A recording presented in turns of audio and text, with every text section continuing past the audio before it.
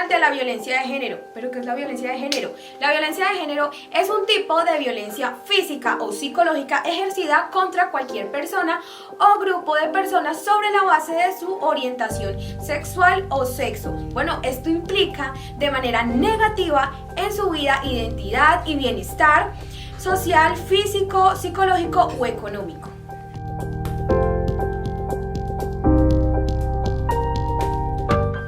Ahora hablaremos un poco acerca de la equidad de género. Cuando se habla de la equidad de género, se hace referencia a la igualdad y justicia en la que las personas buscan sin importar su sexo, que puede hacer valer sus derechos y poseen las mismas oportunidades y responsabilidades que los demás. Ejemplos de equidad de género: el derecho al voto de ambos sexos, las mismas oportunidades laborales y también la independencia económica de ambos sexos.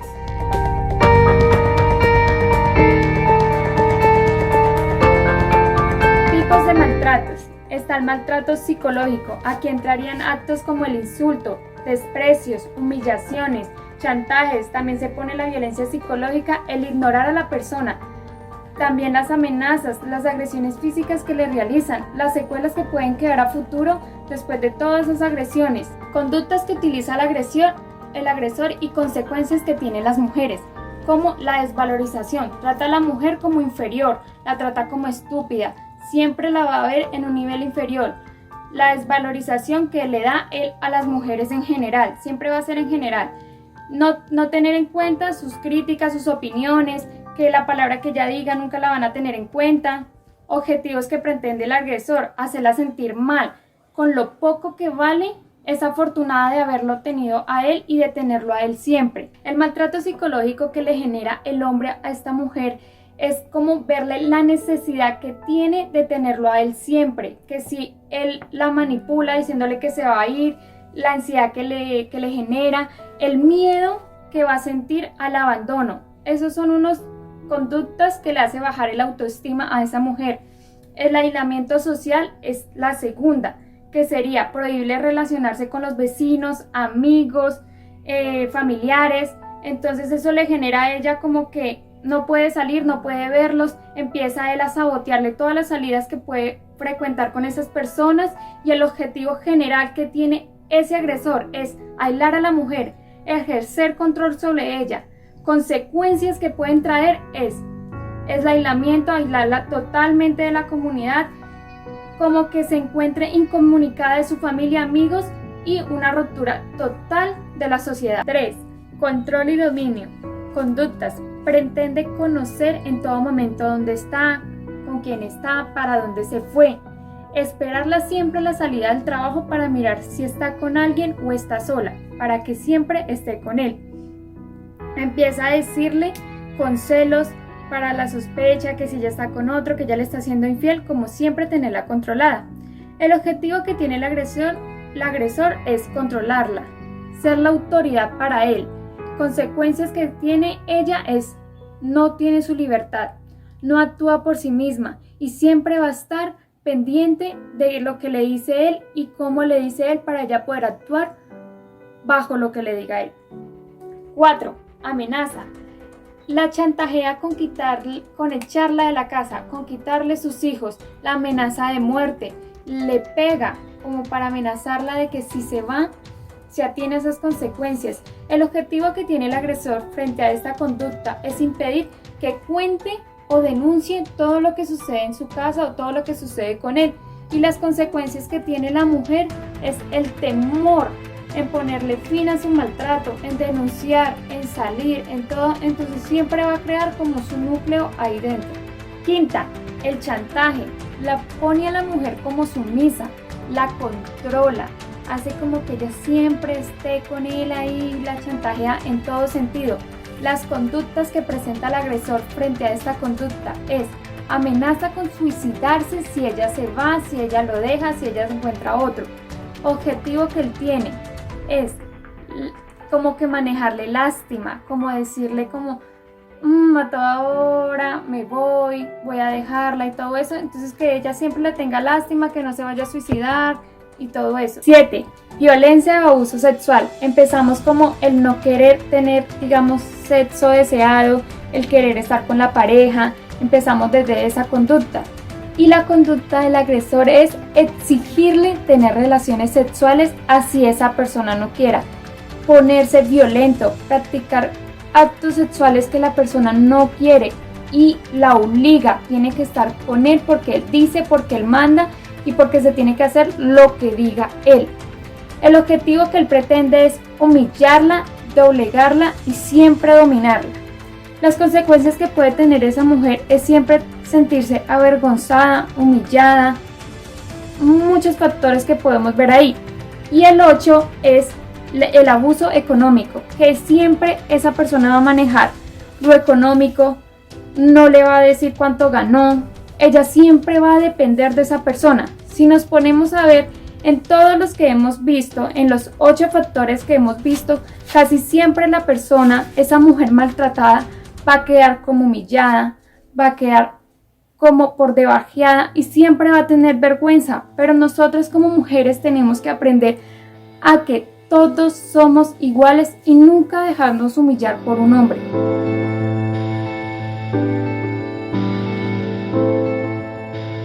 La habituación de la mujer en estas conductas es lo que origina la incapacidad de responder de forma adecuada alejándose del agresor.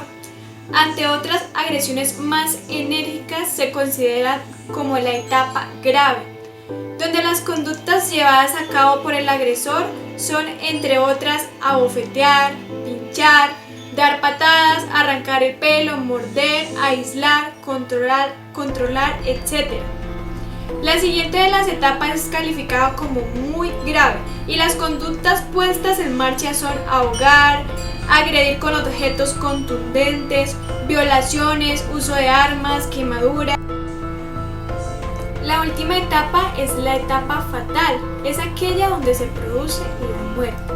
Además de las etapas que van dando forma a las situaciones de violencia, también se establece un proceso clínico entre una agresión y otra.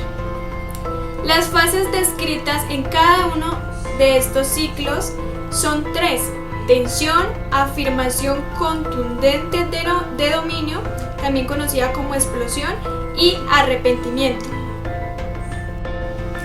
En la violencia se manejan 5 etapas. La primera etapa es la etapa de inicio, donde se producen las amenazas, las rupturas de objetos, los silencios, las burlas. La violencia es dentro de la pareja, no comienzan con una agresión física por muy leve que sea. La segunda etapa es la etapa moderada, donde empiezan a aparecer agresiones físicas, aunque no sean consideradas como tales en muchos casos. En ocasiones, de las esperadas víctimas no reconocen que los empujones o agarrones sean una señal de violencia, puesto que tienen normalizada estas conductas. El arrepentimiento. Esta es la fase de manipulación afectiva, un proceso que utiliza el agresor para mitigar el sentimiento de culpa y para evitar que la relación termine. Esta etapa es conocida como la luna de miel, porque el agresor comienza a hacer regalos, a prometer que todo va a cambiar, que está muy arrepentido de lo que ha pasado y que nunca lo volverá a hacer. Una vez que ha mitigado el sentimiento de culpa y el riesgo de ruptura, la tensión comienza de nuevo. A medida que pasa el tiempo, esta agresión se va modificando. La fase de gestación de la dependencia se hace más corta y se intensifican las estrategias del agresor.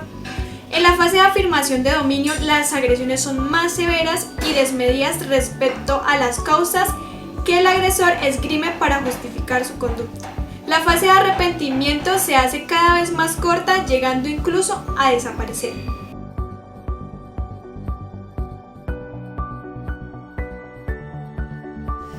La mujer maltratada. Ante todo, hay que tener en cuenta que no hay un perfil de mujer maltratada. Cualquier mujer puede ser víctima del maltrato si se encuentra una serie de características psicosociales similares en las mujeres maltratadas, pero estas deben ser consideradas como las secuelas que deja la situación de violencia, nunca como previas a dicha situación. Al hablar de mujeres maltratadas, vamos a centrarnos en 3 aspectos básicos. 1. Características psicosociales de la mujer maltratada. 2. Aptitudes que podemos encontrar en ellas. Y 3. Variables paralizantes. ¿Por qué no denuncian?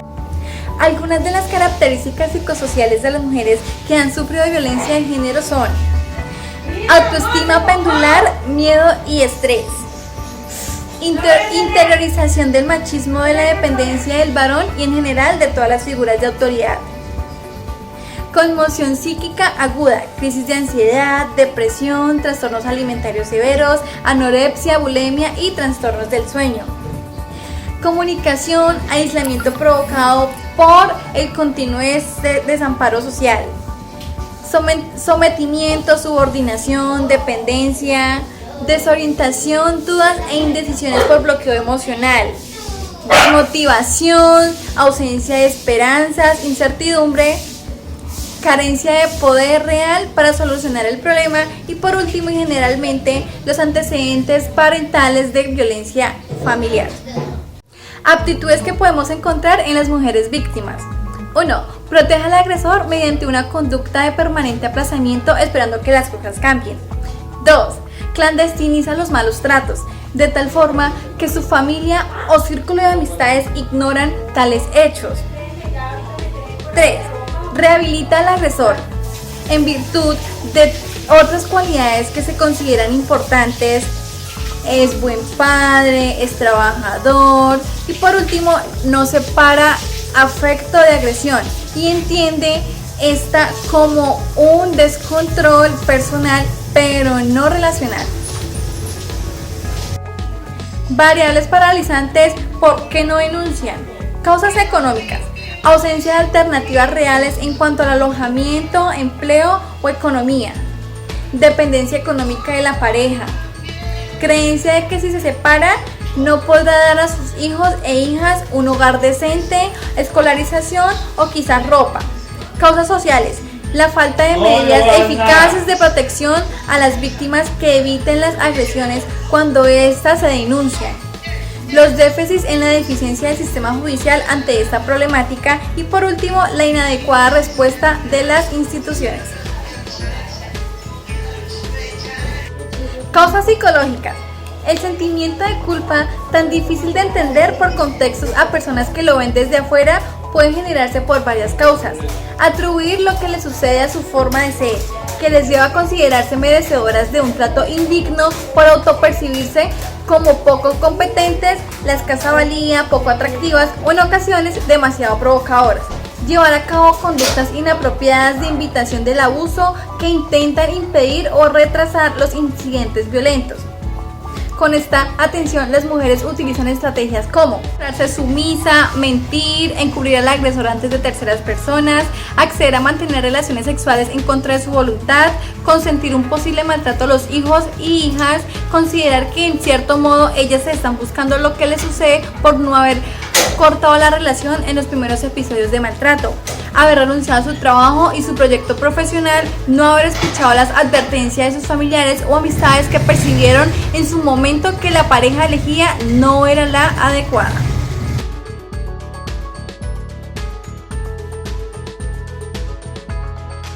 La violencia de género contra los hombres se produce cuando son maltratados físicamente por su pareja, una mujer, amenazados o menospreciados.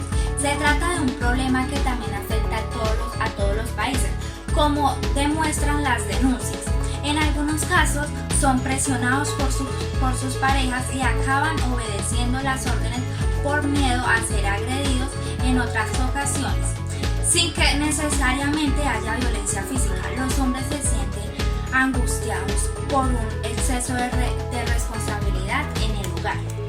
A diferencia de los casos de mujeres que sufren la violencia machista, los casos de violencia de género con víctimas masculinas suelen aparecer en las noticias, además de ser menos habituales. Los hombres agredidos se enfrentan a las burlas y las faltas de credibilidad por parte de su entorno. Muchos piensan que les acusan de cobardes o ser poco hombres. Si confiesan que reciben malos tratos por parte de una mujer, uno de los casos que apareció en medio de la comunicación de todo el mundo tuvo lugar el año pasado en Argentina, cuando un hombre murió apuñalado por su esposa. Lo más grave de este crimen es que cuando la víctima fue a denunciar a su esposa a la comisaría, los agentes que le atendieron se burlaron de él. Las víctimas de violencia machista suelen esconder la situación de abuso que sufren por miedo a la responsabilidad del agresor o por vergüenza de las juzgadas por la gente. Pero los casos de violencia machista son tan graves y tan frecuentes que reciben una gran atención por parte de los medios de comunicación. Sin embargo, la violencia machista no es el único tipo de violencia de género. Existen casos de hombres que son víctimas de maltrato por parte de mujeres, aunque se trata de casos mucho menos conocidos.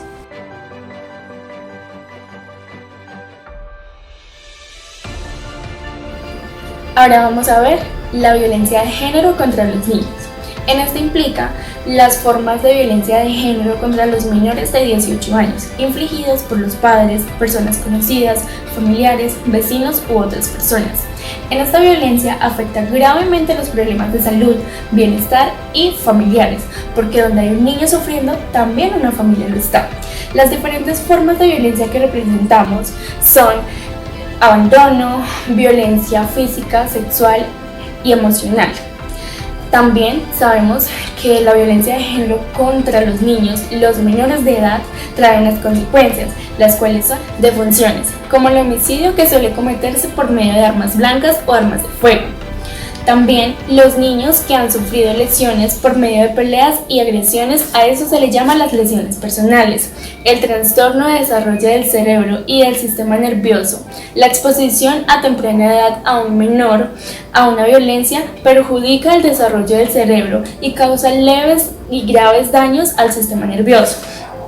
Estrategias negativas de respuesta y conductas de riesgo para la salud, como es la probabilidad de fumar, hacer consumo nocivo de drogas y bebidas alcohólicas, y por último, los problemas de salud y muchas veces el suicidio.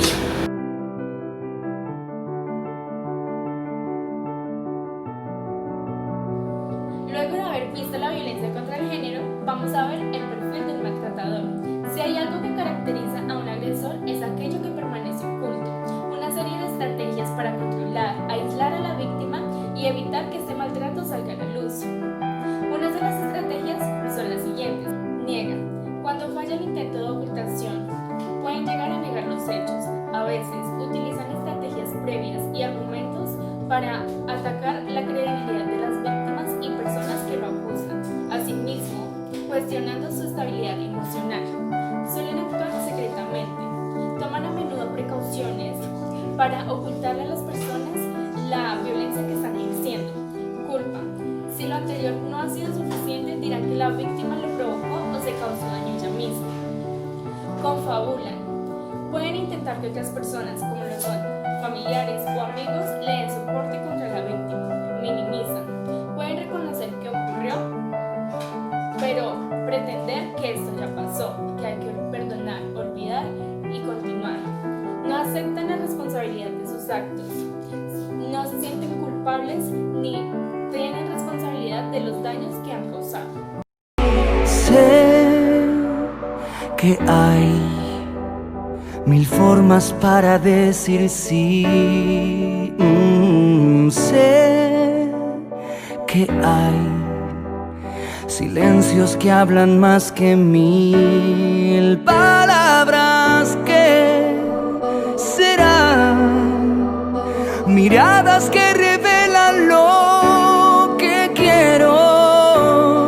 Es vivir mi libertad. Si te sientes identificada con las características anteriormente mencionadas o eres víctima de violencia, comunícate a nuestras líneas de atención que aparecen en nuestra pantalla.